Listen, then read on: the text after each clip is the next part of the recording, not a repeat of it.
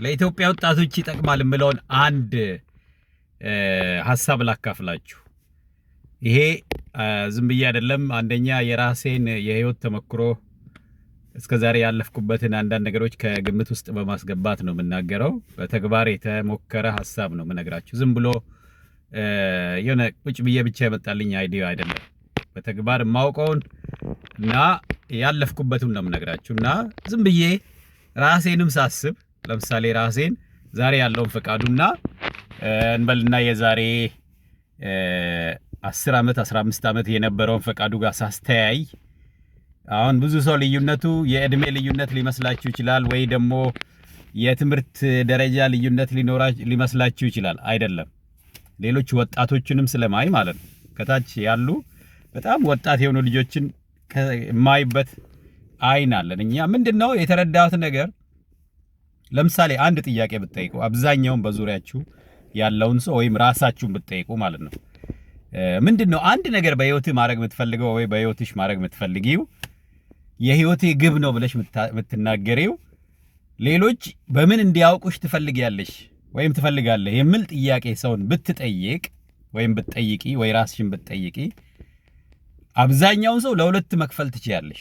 በዚህ ጥያቄ ብቻ ግልጽ ያለ በደንብ የታሰበበት ስሜታዊ ያልሆነ የራስን አቅም የራስን ኮንቴክስት ያገናዘበ የሀገርን ሁኔታ ያገናዘበ እና ልምድን መሰረት ያደረገ ትምህርትን ዕውቀትን መሰረት ያደረገ ግብ የሚነግራችሁ አለ።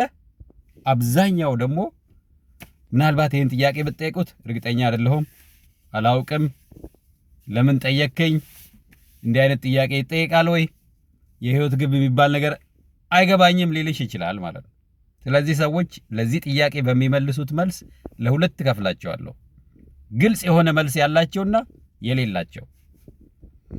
ለዚህ ጥያቄ የሚመልሱት መልስ አኗኗራቸውንም ደግሞ ይወስናል። የሚገርማችሁ ነገር እኔ ለዚህ አይነት ጥያቄ በህይወት አንድ ትልቅ ነገር ማድረግ የምትፈልገው ምንድነው ተብዬ ብትጠየቅ ዛሬ የስ ኢትዮጵያ ነው ብዬ ልነግርህ በምፈልገው በምችለው አይነት ልክ ቀደም ብዬ ቢኖረኝ ኖሮ ስለ እውነት ነው የምላችሁ አኗኗሬ በጣም ይለያል። ምክንያቱም እየተለየ ስላለ ማለት ነው። ግልጽ የሆነ መልስ ባልነበረኝ ሰዓት ዝም ብዬ ቀኑን በምቆጥር ሰዓት ምናልባት ስራ ስለሌለኝ አይደለም፣ ወይም አውሮፓ ወር ዋሬቨር ወይም ኢትዮጵያ ውስጥ ዲግሪ ስለሌለኝ ወይ መማር እድል ስላልነበረኝ አይደለም፣ ዕውቀት ስለጎደለኝ አልነበረም። በዛ ሰዓት ማወቅና በደንብ ማተኮር ይለያያል። ብዙ ነገር የምናውቃቸው ነገሮች አሉ በዙሪያችን፣ በጣም ብዙ ነገሮች። አብዛኞቹን የምናውቃቸውን ነገሮች እንደው ከሃይማኖት ጀምሮ ራሱ ከመንፈሳዊ ህይወት ጀምሮ ራሱ ብዙ ሰው ቤተክርስቲያን በሉት መስጊድ በሉት የተለያየ እምነት ተቋማት ሲሄድ ታያለህ፣ ይጸልያል or whatever፣ ሲመለስ ግን ይረሳዋል። እመነኝ፣ አብዛኛው ሰው እንደዛ። አባታችን ሆይ የሚለውን ብቻ የዕለት መዝሙር ጸሎት ብታይ እኛ የበደሉንን ይቅር እንደምንል ይቅር በለን ብሎ እየተናገረ ራሱ አይ ዶንት ቲንክ የሚያስተውል አይመስለኝም። ማስተዋል ማተኮር በጣም ኢንቴንሽናል መሆንና ዝም ብሎ የሆነ ነገር የተለመደ ስለሆነ መደጋገም ይለያያል። እነኚህን ሁለቱን አኗኗር ኖሬ አይቻቸዋለሁ። እኔ በጣም ነው ልዩነት የሚፈጥሩት። ለሚዲያ ይዛችሁ የምትመጡት አጀንዳ ይለያል። የራስ የሆነ ግብ በሚኖር ሰዓት ንግግርህ ይቀየራል። ዝም ብሎ ተራ ወሬዎች ውስጥ አትገባም። ዝም ብለህ ተነስተህ ኔጌቲቭ ኢነርጂ ውስጥ እንጌጅ አታረግም። ስለምትለብሰው ልብስ መምረጥ ትጀምር። ዝም ብለህ ፋሽን አትገዛም ማለት ነው። እጅግ ነው ልዩነት የሚፈጥረው። እስከዛሬ የተረዳሁት በህይወታቸው ግልጽ ዓላማ፣ ግልጽ ትኩረት ያላቸው ሰዎች ለመወሰን አይቸገሩም። ጓደኛ ለመሆን አይቸገሩም። ንግግር ላይ ላለመሳተፍ አይቸገሩም። ማህበራዊ ሚዲያ ላይ አጠቃቀም ላይ አይቸገሩም። ገንዘባቸውን የት እንደሚያወጡ የት እንደማያወጡ ያውቁታል።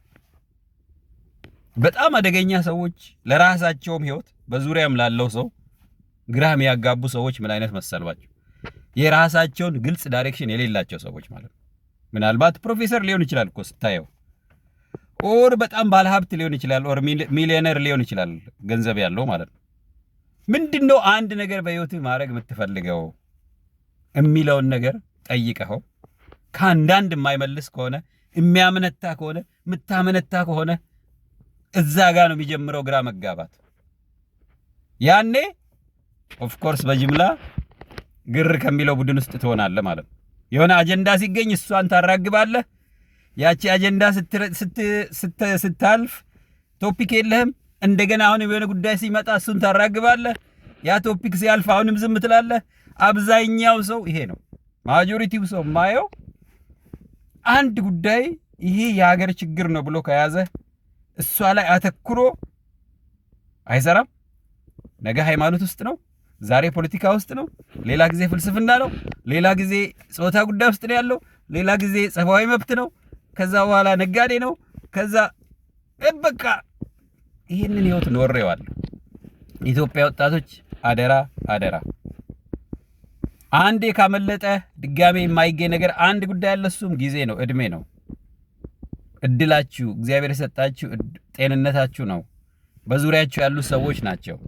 አንፎርቹኔትሊ በግልጽ የምነግራችሁ ነገር እኛ 130 ሚሊዮን ህዝብ እያለን 5 ሚሊዮን ህዝብ ያለው ሀገር እርዳታ የሚሰጠን ምክንያት እኔና አንተ ፈጣሪ ለሌላ የሰጠውን በረከት ለኛ ስላልሰጠ እንዳይመስላችሁ አይደለም። ትምህርት ስላልተማርን አይደለም። ሀገራችን ላይ ሰርቶ መሻሻል ስለማይቻል አይደለም። አብዛኛው ከየት ይጀምራል? ግልጽ የሆነ የህይወት ግብና በእውቀትና በመረጃ እየተደገፈ ራስን የሚጠይቅ ወደ ኋላ ተመልሶ ራሱን የሚፈትሽ ቅን የሆነ እንደዛ አይነት ማይንድ ሴት ነው ያጣ ነው። በዚህ የተነሳ ማህበራዊ ሚዲያችን፣ ዙሪያችን፣ ቢሮዋችን፣ ትምህርታችን ሁሉ ለወቀሳና ለኔጌቲቭ ነገር ሲውል ታያለ። ለወንድሞቻችን ሞት ነው እያመጣን ያለ ነው ማለት ነው። ስለዚህ ቆም ብለን ማሰብ አለብን ኢትዮጵያውያን። ይሄ ዝም ብሎ ፋሽኑ ምኑ አውሮፓ አሜሪካ ሄድኮር ምናምን የሀብታም ሀገር ጋር ፎቶ መነሳት ወሬ ብልጭልጭ ቁሳቁስ የማሳየት ነገር ሳይሆን የት ነው ያለው ሐሳባችን? እውነተኛ ግልጽ ህይወት ግብ አለን ወይ? በሙያችን ተሰባስበናል ወይ? ጠንካራ ማህበራት ፈጥረናል ወይ? ጥሩ የንግድ ማህበራት አብረን እንሰራለን ወይ? እስቲ ድርጅት በመክፈት ታሪክ አለን ወይ? ምንድነው በዙሪያችን ጋር ያለን ታሪክ? ከወንድሞች ከእህቶች ከዘመዶች ከጓደኞቻችን ጋር ያለን ታሪክ ምንድነው? እስቲ ራሳችን እንመርምር ቁጭ ብለን።